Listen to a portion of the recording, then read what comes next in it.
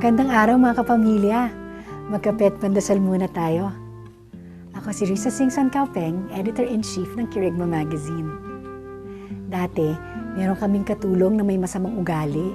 Siya'y palasagot, nagdadabog kapag inuutusan, nagbibingi-bingihan, o di kaya hindi ka papansinin pag inuutusan mo siya. Ganun na lang ang aking pagtitimpi dahil hindi naman ako nagpapasweldo sa kanya. Minsan, nalaman kong gusto niyang magkaroon ng shoulder bag. Tamang-tama naman, meron akong mga bag na di ko na ginagamit. Parang narinig kong tinig ng Panginoon na ibigay ito sa kanya. Pero lumaban ang loob ko dahil sa kanyang masamang ugali. Pero mapilit akong inudyok ng Espiritu Santo, kaya tinawag ko siya. Aba, biruin mong hindi lumapit at may ginagawa pa daw siya. Ah, ganon. Biyaya ng lumalapit, tinatanggihan pa. Huwag ko kayang ibigay, naisip ko. Ngunit patuloy ang pangungulit ng Panginoon.